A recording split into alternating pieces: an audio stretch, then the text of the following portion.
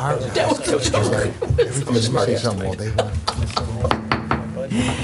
This meeting of the Rolling Meadows City Council Committee of the Whole is hereby called to order. There are 4 items on the agenda, and there doesn't appear to be any need to juggle any items around for some of the reasons that we sometimes do. So as far as the chair knows, the agenda will stay 1, 2, 3, 4 just as it's printed. We'll start with item number 1, the Fire Station Project Manager Award. I know this is going to be Chief Fransgrove's baby. Mr. Crumpstock, do you have a brief introduction? A very brief one that I just want to mention. Obviously, city staff has spent a lot of time on this. We went through 2 rounds of interviews, calling from all the people who sent in proposals. And obviously, who we have before you is from the second interview that was conducted on February 4th. Obviously, Chief Fransgrove will do a presentation, and then you'll have a presentation from the professional service provider that we feel most comfortable with and actually completed with that.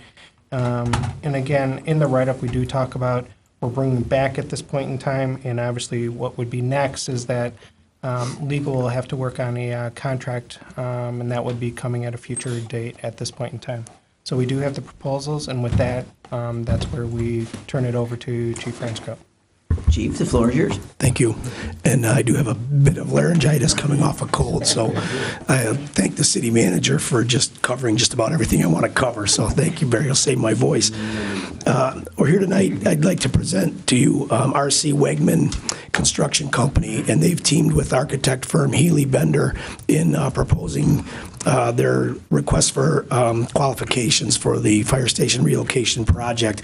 As the city manager said, well, I'll go back just a little bit. This is in accordance, just to refresh everyone's memory on camera more than anything else, is that this goes back to council direction from last summer, which was to ask staff to move forward with what we affectionately refer to as Scenario 9, which is the relocation of both fire stations in order to better meet the service demand and the community risk profile of our city. So that was the preface for, as City Manager Crumpstock said, our selection process.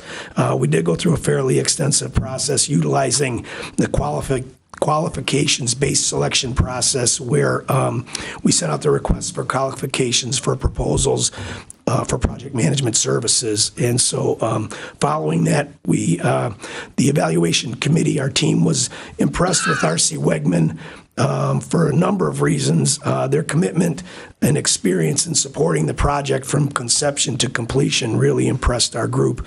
Also, their process for site selection and their understanding and experience in building stakeholder support for a project like this is what tipped the scales for us to choose them as the firm that we're going to recommend for you tonight.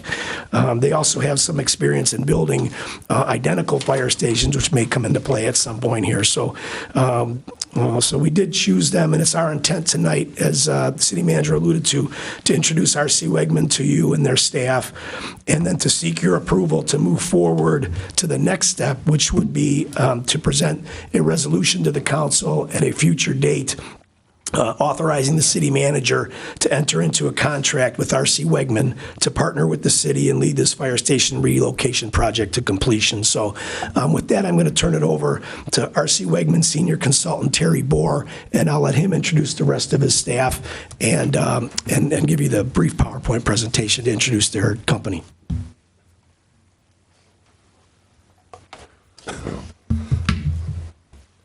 Thank you, Chief. Pardon me, I also must have caught the same bug Chief has, but Mr. Mayor, City Council members, Chief Fransgrove, and the rest of the city staff, on behalf of R.C. Wegman Construction Company and Healy Bender and Associates, I want to thank you for selecting our team to lead you through the process of relocating, designing, and constructing your 2 fire stations. We have prepared a short presentation for you tonight where we will touch on our fire station experience, our site selection process, our design process, and our construction management approach. I would like to start out by talking a little bit about our companies and introduce the team that we have assembled here. First part of our team is our business development from R.C. Wegman, Colette Rosansky. And from Healy Bender, we have architect Scott Ryle and David Patton, principal. So let me start out a little bit about who we are. Excuse me. So R.C. Wegman Construction has been in business for 61 years. We were founded by my father-in-law, Robert Wegman, in 1955. We're very proud and honored to have constructed 15 fire stations over the course of the years, and we've done that in 6 different communities. Together, Healy Bender and R.C. Wegman have completed 3 stations together as a team, so we're very familiar with one another. The keys to our success over the past 60 years, which my father-in-law instilled in our company, was really 3 things these are the principles that we guide our company with. The first is the commitment to safety. The second is the commitment to hiring local contractors. And the third is the commitment to quality. And I'll go into each one of those a little bit more once we get into the construction management approach. A little bit about myself personally. I started with Wegman Construction back in October of 1976. So this year I'll be celebrating 40 years with the company. I've pretty much done everything in the company, from labor all the way to president, which I was president of the company 2006 to 2014. Currently, I'm a senior consultant focusing mainly on business development and long-range planning. And I also am very proud of the fact that I have been involved with the construction of 5 fire stations over the course of my career. So at this time, I'd like to bring Colette up to talk a little bit about her experience and more specifically what her role would be in this process. Good evening, everyone. My name is Colette Rosansky, and I'm proud to be a 3rd generation of this company, as my grandfather founded it back in 1955, as Terry said. So yes, Terry is my uncle. So I'm very proud to be here today. I joined the R.C. Wegman team back in October of 2015, and before that, I accomplished a master's degree at Illinois State University in Marketing and Communication. So new to the construction industry, but very confident in the abilities of our company. So my role in this project will be assisting our team in the land acquisition piece of it, and also in the behind-the-scenes office support. So we've been very proactive in the land acquisition, getting to know the city of Rolling Meadows, meeting with the chamber and several realty companies in the area to find out what the process will be and assure you that we will be able to carry it through in a smooth transition. So that will be my role in this job, and I'd like to pass it on to Healy Bender. Good evening. My name is Dave Patton. I'm with Healy Bender Associates. I'm a principal with the firm since 2007, although I joined the firm in 1993, so I don't have 40 years, but I got almost 25, so I feel pretty good about that. Our firm specializes in educational, commercial, municipal projects, public safety projects, including fire stations, and over our stint, we've also done 18 fire station designs, and again, as Terry mentioned, 3 with his firm.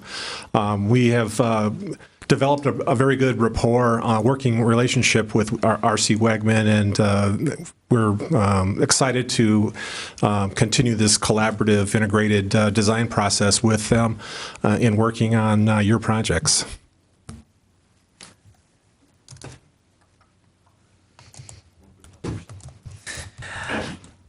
Hi, my name is Scott Ryle. I'm with Healy Bender, and I'm a senior architect. I've worked with Healy Bender for approximately 12 years, and I've worked with, I will be working with the whole team, Mr. Patton directly, and with R.C. Wegman as well throughout the entire process. I worked on 2 of the last 3 together, I believe.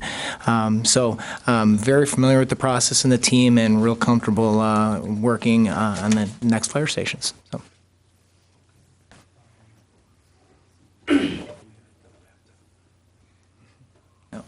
Okay. All right. So at this time, I'd like to bring bring the guys from Healy again and let them start by talking a little bit about the site selection process. Okay, I'm going to start off this part of it. The site selection process is going to be an important step in the relocation of your fire stations, and that effort we have found to be successful when you assemble a group of decision makers that are made up of multiple facets of your community and your city administration. What you see up there is just a kind of a summary of who might be involved in that decision-making process, and we would certainly leave that effort up to those final decisions made up to the staff with the City of Rolling Meadows to make sure that it's consistent with your approach to a site. But again, it's from our experience just to build consensus across the process of a site selection, and really the design effort, having a cross-section of your group here is an important part of having a success. So the site selection process, as you're moving forward, we have found that it's really a great idea to, before you even have sites, to get together a list of things, because there are no two sites that are exactly the same. They're very difficult to compare side by side if you don't have a direction or some way of evaluating them. So what we do is we put together a list, and the left-hand side there, you see the site analysis. Those are things that are like the encumbrances that you might find on a site, which would be like what are the utilities, what are the setbacks, what's the zoning, and all those things. And we also go through and we talk about the site feasibility. We come up with a list of things that might be important to you, such as what are the surrounding neighborhoods and the habitats, the circulation, the orientation of the site, and things like that. We come up with a big laundry list of different items on this list, and then we work with you to prioritize these items. So the key here is to the key here, and then we put them into a matrix, and the idea here is by doing this, we can weight your highest priority and make sure that we are hitting your priority site. And it's an impartial, objective way to really take the emotion out of the site selection process, because there's always one site that everyone may or may not love, and by setting up this kind of matrix, it just really points out which is the best site for you based on your priorities.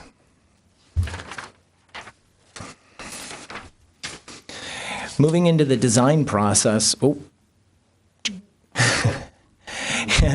Moving into the design process, so once you have the site selected, or while you're selecting sites, at the same time you can be developing a program for your facility. And you can see some of the pictures of there. We develop a program to start and do some block diagrams and basically figure out exactly what your program is, and then you can see how it kind of progresses through there. But the key here is that we always start with your vision, your goals, and your priorities, and we develop that into the fire station or the design that you are comfortable with. So we're working with you guys at all points along the way. Then we develop a model of that to make sure you know and you can actually visualize what you're going to be getting. And this is a computer-generated model image that we've developed. So this is not a photo. This is a photoreal image. This is not an actual photograph, but this is something that you might see during the process if you need to actually visualize something. And the key here is that we want to make sure that everyone understands exactly what they're going to be getting. There's not going to be any surprises, and we want to make sure everyone's comfortable with it. And we can do the same thing on the inside, or we can do the same thing on the outside. Do fly around images as well.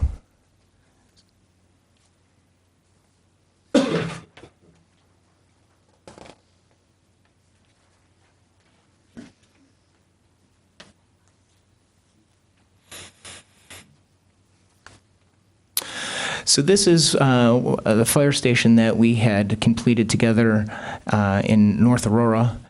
And as part of the process, this was a very quick turnaround process, and we were able to actually utilize the model right there during meetings to change and modify things.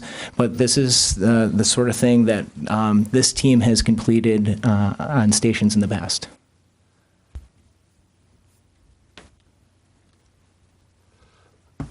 Thank you, Scott. And I think it's important to note of all the different tools in the toolbox that the architects have, whether starting from the basic design to the 3D models to the eventual fly-arounds, all tools to help everyone understand exactly what you're getting in your fire station so that everybody, so there aren't any surprises during construction.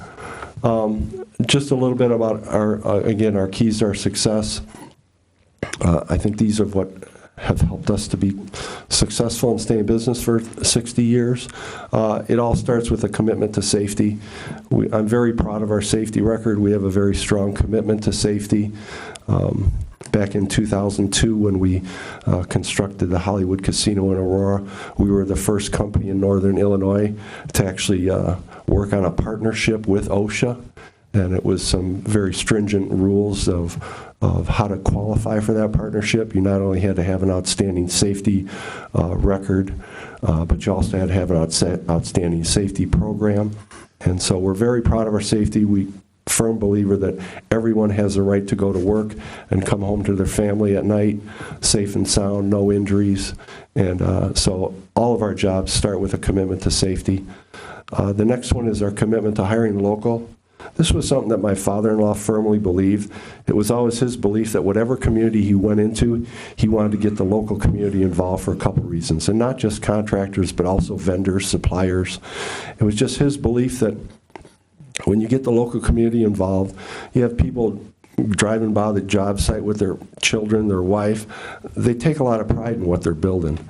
And it was always his belief that when the more pride you have, that always leads to better quality. So and not only that, but on these public projects, it does a tremendous job of helping to recycle those tax dollars and keep them in the community.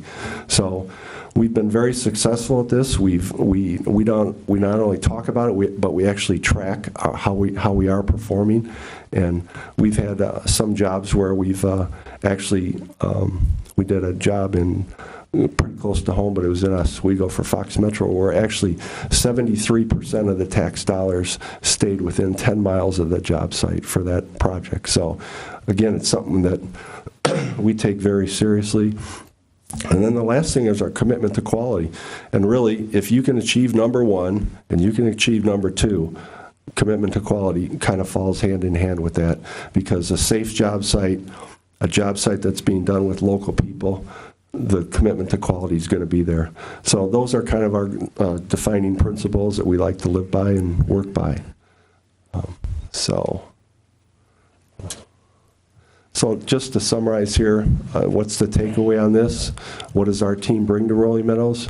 Well, first of all, we bring a proven site selection process that Healy Bender has outlined and has been very successful with in the past. We have proven experience in fire station design, again with Healy Bender constructing or designing 18 of these stations.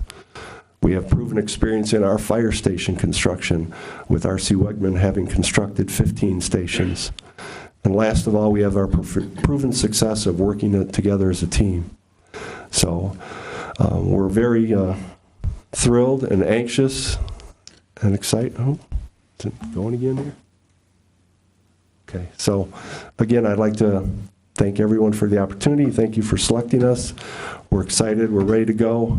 We're anxious to bring our qualities to the city of Rolling Meadows, and looking forward to doing a fantastic job for you. So thank you very much. This item is in basically for informational purposes, as was noted earlier in the presentation. All the kind of documents and agreements and so forth and so on will be brought before the council in time. So are there questions for perhaps the chief, the manager, the team, comments from the council, any of the above? Mr. Prana. Thank you, Mr. Mayor. Good job. I spoke with the chief Chief, and I've also spoken with members of the staff that were part of the process. I just have a couple of questions. Number one, have you, recently done this type of project where you're moving two stations at one time, where you're, I guess, making, I don't know what the term I want to use, two stations at one time and duplicating so that each station is the same? Have you done that in a recent, with your experience? That's just. No, we have not done it where we've done two at one time, but that's certainly not a problem. That's just a manpower issue, and our recommendation is to do both stations at the same time so that you don't end up with coverage issues. Because if we were to do one station and then wait a while, it could create a worse coverage issue than the firemen have right now. So, but we have done prototype stations. We worked with Healy Bender to do prototype fire stations in Oswego. So, two identical stations. Yep. Thank you. I couldn't come up with the word before. My second thought, which the mayor always tells me I should signal ahead of time, is I don't know what the time frame is, but I have signaled that if we're going forward with this, I would not support it until our bonds are sold down. So if we did this over, like if it took 2 years, is that an issue, or 3 years? I don't know what the time frame, but I'm just signaling ahead of time that we have some bonds that were being paid down, and is that factored into this? If instead of starting it you do it and it takes longer than a year or 2 years. I'm just signaling, and just your thought. No great details, just, I can't speak for your bond situation, but I know that it's going to take us a while to go through the site selection process, and the design process. So I wouldn't consider any construction. I think best case scenario would be sometime in 2017 for any type of construction. So Mr. Krumstock. Part of when we were going through the interview process, they had to talk about scheduling, and most of the people were looking at about 24 to 26 months, and that's with the construction. So it will take some time to go through the additional planning meetings, concept meetings, design stages, then all the bidding and everything else like that. So it has its own lead time, but at the same point in time, nothing's definitive at this point in time. So yes, we do need to pay off some bonds and anything else that's in there, but the process is also generated by us. If there's some way that it slows down because of us, that's all part of the process. So that's your short answer. There is a schedule, but it all depends on when that actually gets each piece.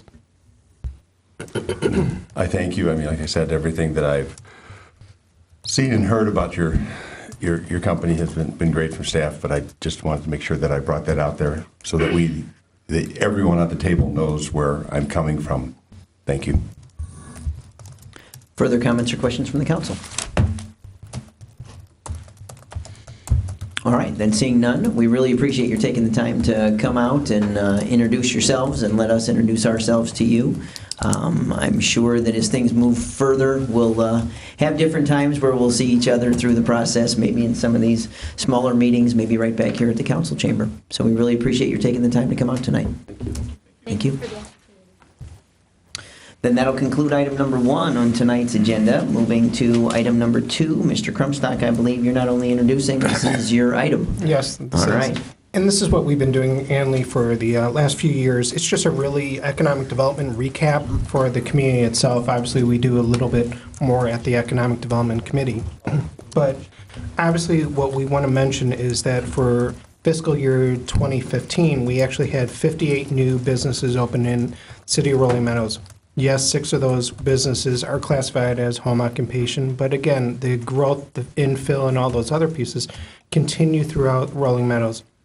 The ones that we actually highlight in the write-up actually deals with Arthur J. Gallagher and Company, that's 2850 Golf Road, and they will actually occupy their property in March of 2017. but we also have Huey. Walsh Construction has a presence in the city of Rolling Meadows because of all the work that they're doing on I-90, and obviously a few new restaurants that have actually opened it. But it talks about the diversity of what has been going on in the city of Rolling Meadows, all the other pieces that we continue working on. And then obviously what we do in the economic development world, we also talk about what's the crystal ball, magic 8-ball, whatever you want to call it for 2016. And with positive in 2015, and you also see this in the next week when we talk about the financials. And again, we had a lot of building permits. You'll see that increase, obviously real estate transfer. But in 2016, anybody driving down on Kirchhoff Road, you can see that Comets is actually moving slowly but surely. But they do look like that late spring, summer when they'll move. And that's that old Ray's Auto. And again, that will be frozen desserts, coffee spot. And again, that's 3001 Kirchhoff Road. But also you can see some of the other pieces that are continuing going on. Lexington Homes, obviously that's a slow construction, but it continues on with 54 new townhome luxury homes. And obviously they've already sold a bunch of them and continue selling things.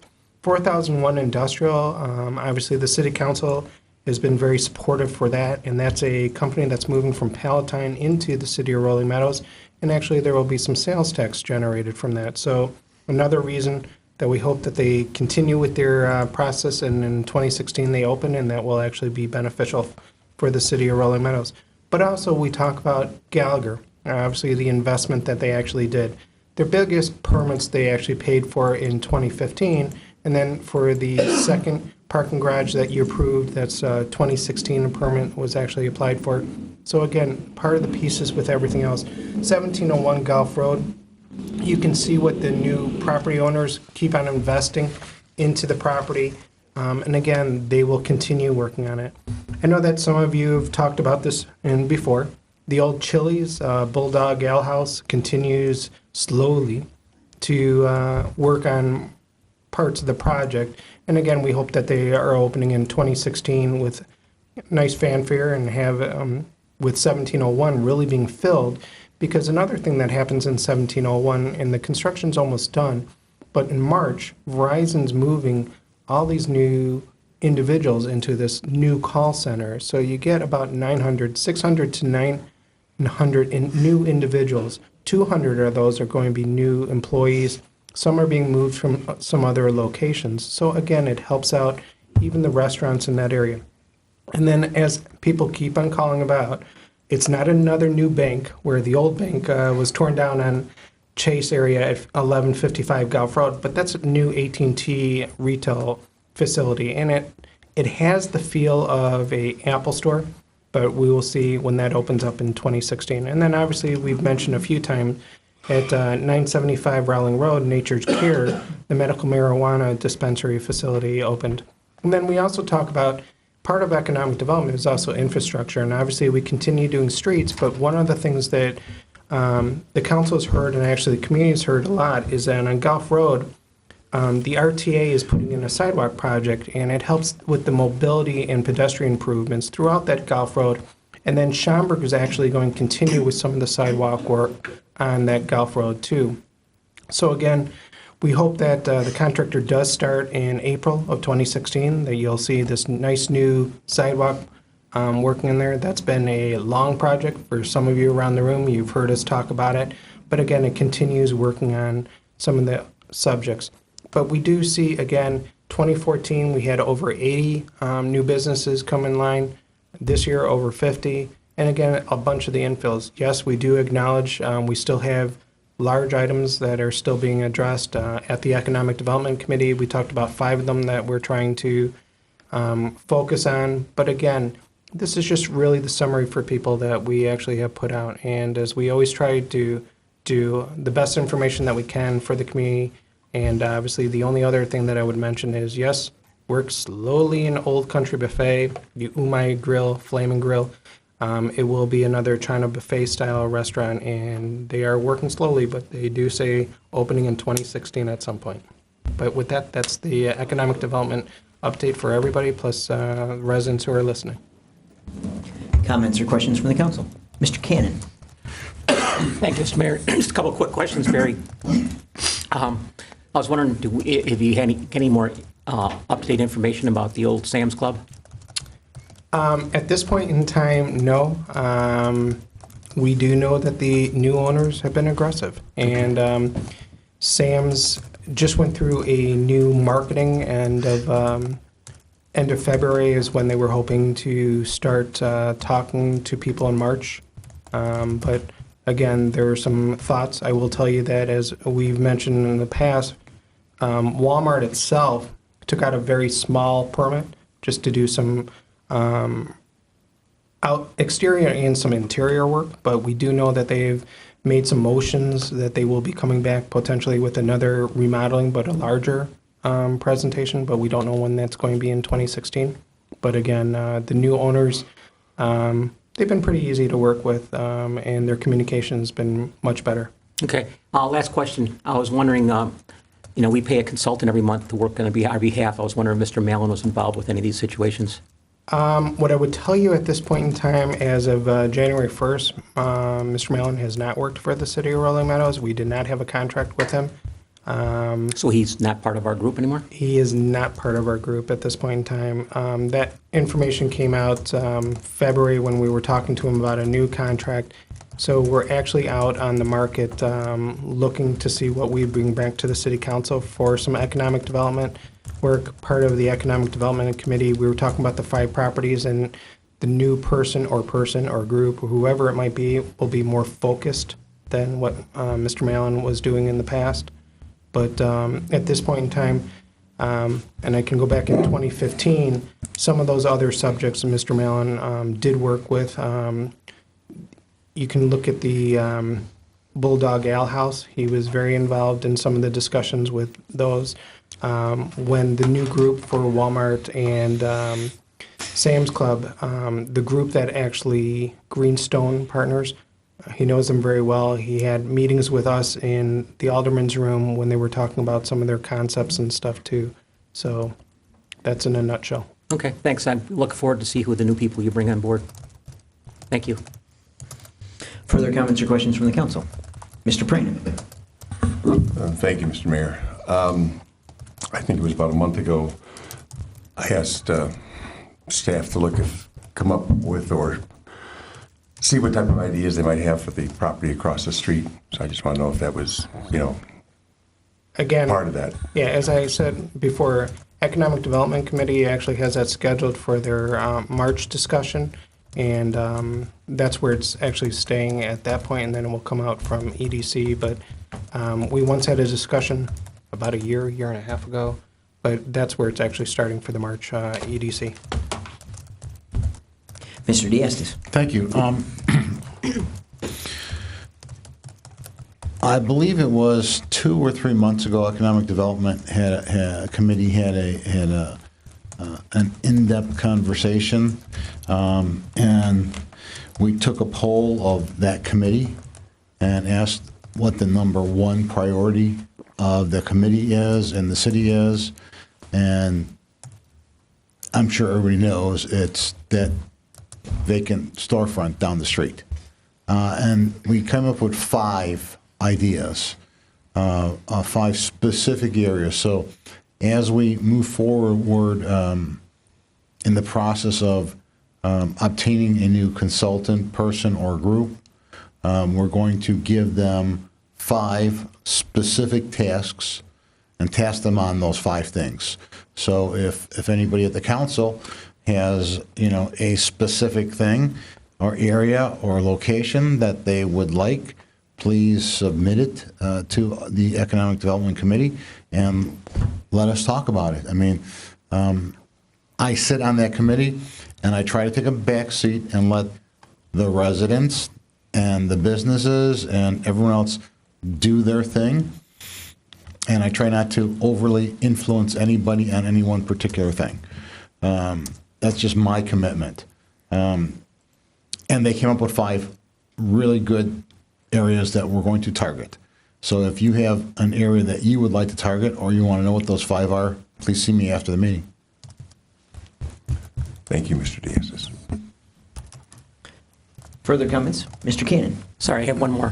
Barry, I was wondering if you could update us also. You know, last year you kind of made a semi-proposal to the council about reducing building fees for people who might knock down a current home or make a major remodeling. Is that still in the future, or is it kind of fallen by the wayside? Where are we at with that? It hasn't fallen to, it's in the future, and the same thing is part of, it is drafted, but with raising parts, and then it was a two-prong. If you raise it this year and then you make the half, it just seemed like we were doing both at the same time, so we had to wait a little time, and that's why it's coming back, so. I'd be anxious to see it as soon as you can. Thanks. Any further comments or questions from the council on item 2? Seeing none, we'll call item 2 closed and move to item 3.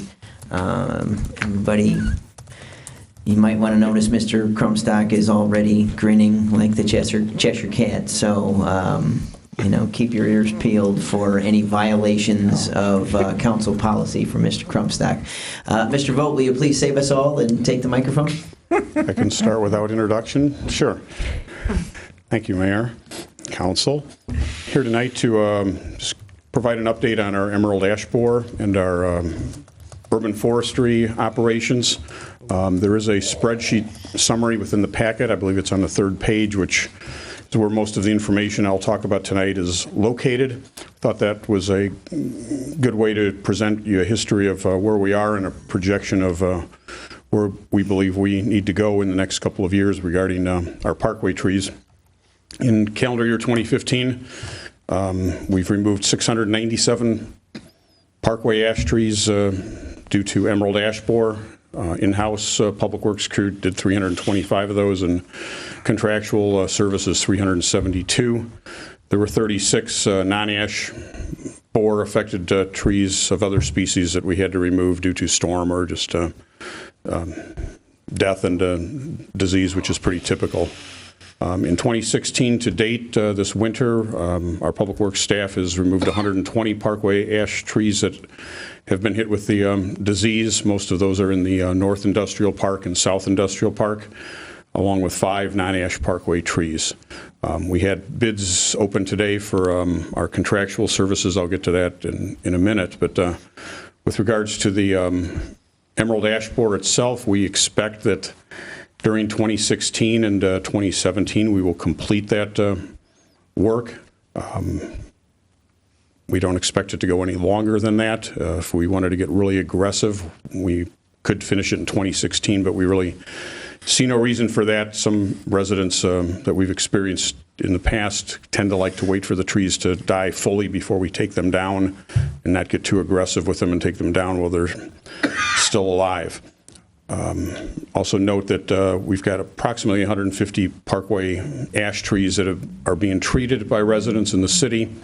Our 30-some trees that the city is treating are on the Kirchhoff Road downtown corridor. The rest of them are out and about throughout the city, and we'll continue to monitor those. But obviously, if residents stop the treatment or it becomes ineffective, someday those will require removal or replacement as well.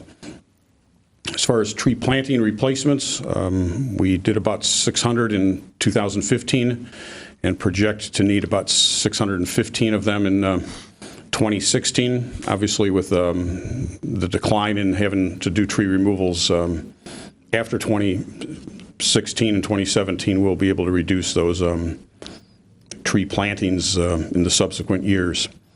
Tree pruning is something that we certainly want to focus on from the health of the urban forest, and particularly given the emerald ash borer efforts the last several years. We've fallen somewhat behind in terms of our pruning. We've tried to continue a combination of public works crews and some contract work there, but if we go on a 5-year cycle, which is generally what's recommended in the forestry industry for parkway tree pruning, we should be doing about 1,700 a year. We have about 8,500 parkway trees throughout the city that are our responsibility.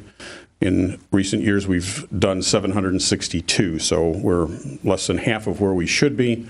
Obviously, there's some debate in terms of whether a 5-year, 6-year, 7-year cycle should be used, but if a 7-year cycle was used, we should be at 1,200 trees per year. So with that in mind, our contract efforts have been, as we're out for bids this year, for the first time in 3 years, to not only get pricing for the tree removals, but for the tree trimming, pruning for this year, next year, the year after. We received 6 bids today. The bids were pretty favorable in terms of the pricing. We will be presenting that at the City Council meeting next week for a recommended contract award for that. Lastly, just to mention, curbside brush collection occasionally comes up from residents, from some of the aldermen, in terms of whether that service should be brought back. I continue to say let's do that after we're done with the emerald ash borer outbreak, and staff feels that if there's interest in doing so on the part of the City Council, we should look at doing that no sooner than next year, and at least start off, if we're going to do that, once a year. But that certainly is another discussion for another time, but we don't recommend having that discussion until next year at the earliest.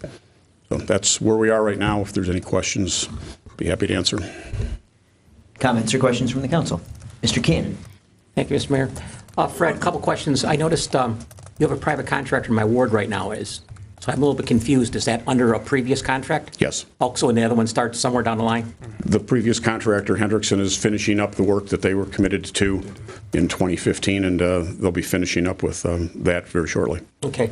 And I come up with a brainstorm that probably some people are going to laugh at me, but I'll go for it anyhow. I figure after following you, I didn't say anything I want.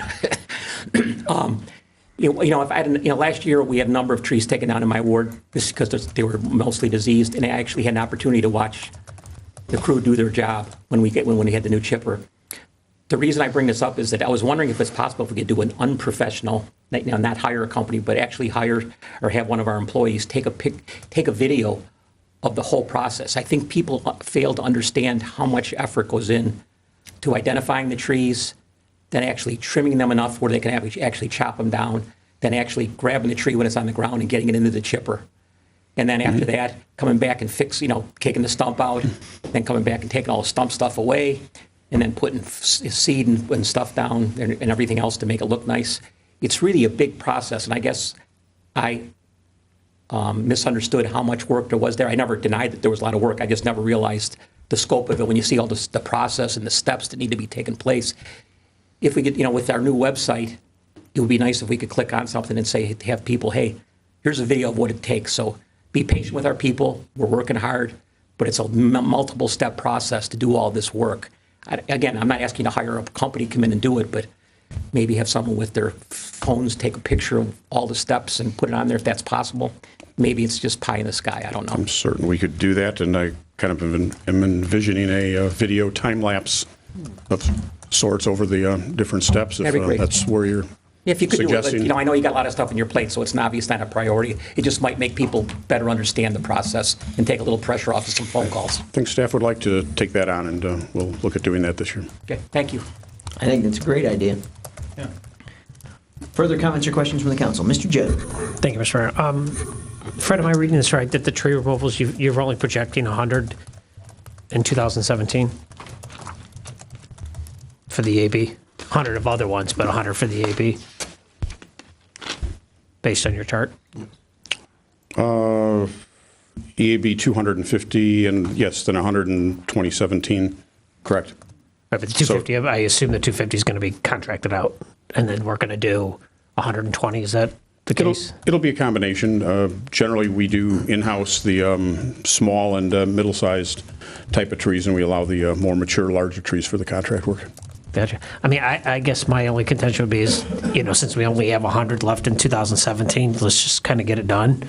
I'm not so worried about the plantings per se. I don't know that you have to, push those forward, but, it would almost make sense just to get it done since it's only an extra 100 trees. I mean, in 2015, you did 690.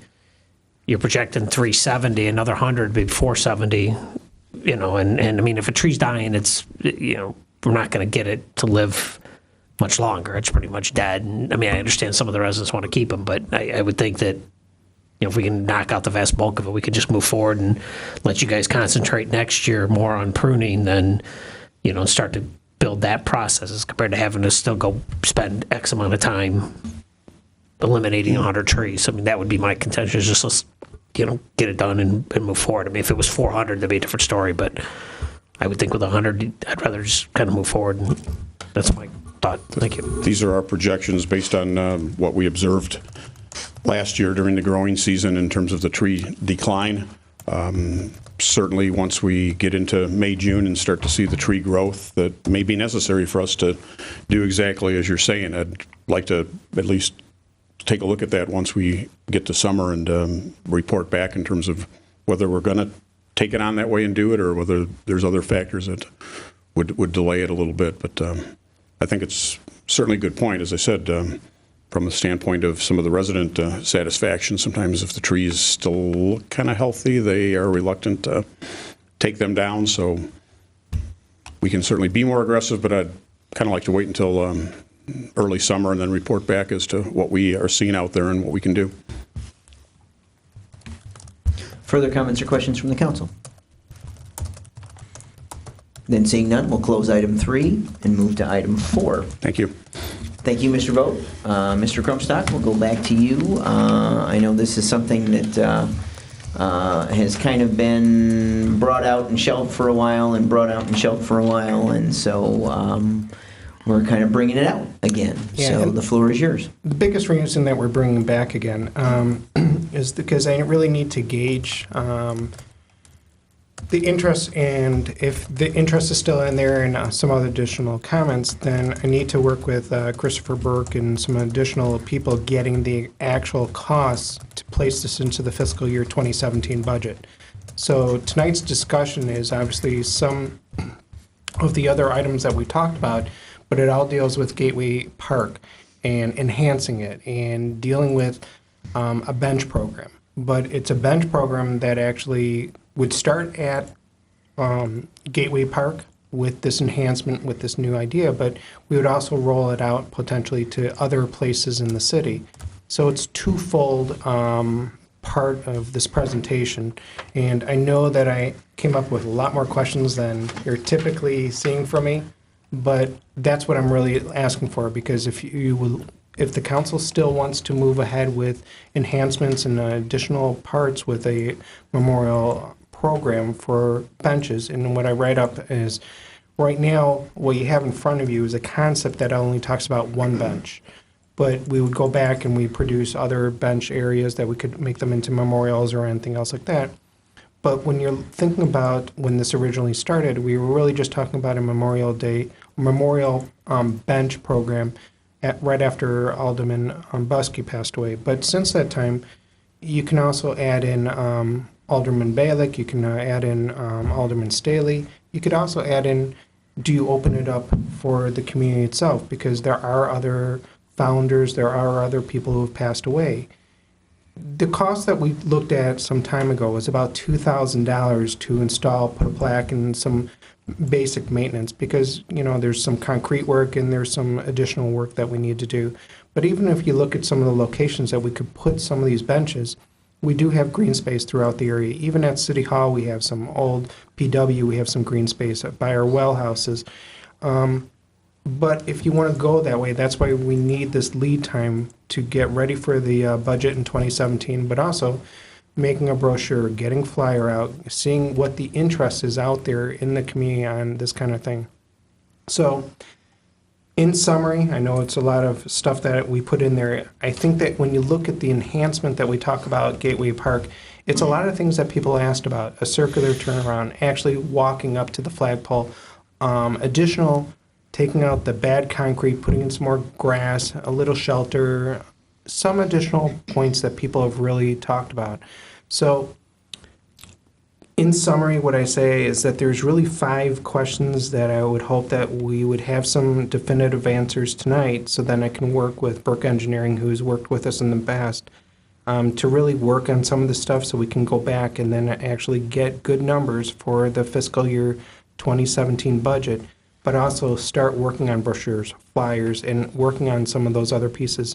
Because again, you look at a lot of communities, even the Park District has a bench program, but I think we've never ever started this, and this is a good way for any resident, but also the city of Rolling Meadows, to really start some of those kind of pieces that are out there. So again, the 5 questions, if you could just give me some gauge, that would be beneficial. And with that, that's the entire summary.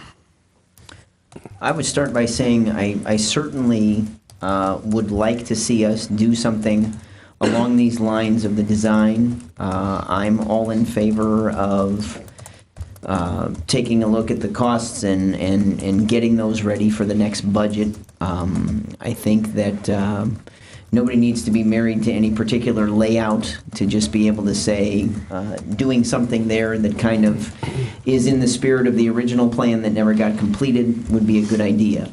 The only part that I would take a step back from are the thoughts that I expressed the last time. I'll still express them again. I'm not a big fan of this idea of a bench program. It's a limited area, and to ask people who want to participate in our program that the minimum bid is $2,000. I don't think the idea that we asked for was a bench program. I think what we said was we would certainly be open to almost having a walk for certainly anybody who might want to come in and place a marker of some kind. You know, you can do the square markers in the walk for a heck of a lot cheaper than $2,000. You can do the stones to the side of the walk, and that if people want to do a bench, they certainly can, but to you know, on the one hand, if it takes off, what are we going to do? Have 12 benches in this little tiny park moving around a circle? I'm not really sure what I think about that. I also know that Raleigh Meyer's family, back when he passed, expressed a desire that if we were going to do something along these lines to get in as well. And so I certainly think that some kind of a walk that is anchored with the bench that we've talked about for Alderman Buskey at one end, and a bench that's helped out with by the Meyer family as they have offered at the other end, and then people can choose all sorts of smaller things that aren't going to say to somebody, if you want to participate in this program, the minimum bid's $2,000. I certainly think that that's a little bit more in line with what I was envisioning, at least. So those are my thoughts to open the conversation. Other thoughts around the table? Ms. Majakis. Thank you. Yeah, I agree with you on that. What if you're getting this crazy response, and how can you say yes to one and no to another, and now we've got all these benches we got. But what about over by the Carolyn and by the park, where they have the bricks, and they have people have paid for those and family names or whatever they wanted. We could do something along with that line too, so that it offers the people what they're they can pay respect to whoever they choose to or whatever it is. And I think that looks beautiful the way they've done that. So I think if we put that in the design some way, I think that would be nicer. But I'm definitely for beautifying that area a little more, sprucing it up, greenery, bushes, fixing the concrete and things like that. But I would be in support of something like with a brick kind of idea. Thank you. Mr. Cannon. Thank you, Mr. Mayor. The other thing I would just offer is as a possibility. I work at a golf course, and lots of times the golf course I work at and many golf courses also offer the opportunity to dedicate a tree to a family member, which is relatively inexpensive depending. There's different kind of species, a couple $100, and they put a nice plaque, like a nice bronze plaque that lasts for a long time. It's just as another thought. I guess Absolutely. a couple questions I'd like to just ask Barry. The design you have on the second to the last page, with page 15 on our computers, where you have kind of a new design out there. Have we paid to do this, or is this just something someone just drew up? This was actually Burke did this as a courtesy to me. Okay. I guess my own personal opinion, I have nothing against Burke. They might have the best designer in America. I guess I would just like to have this opened up to some other potential designers. Maybe they come up with even a better idea. I have nothing against Burke. This guy might be the greatest guy in the world for all I know. The other thought I would have, and this is something I brought up before, I would really, really like to see a little bit of parking there. And I have a suggestion, but I don't know if it's possible or not.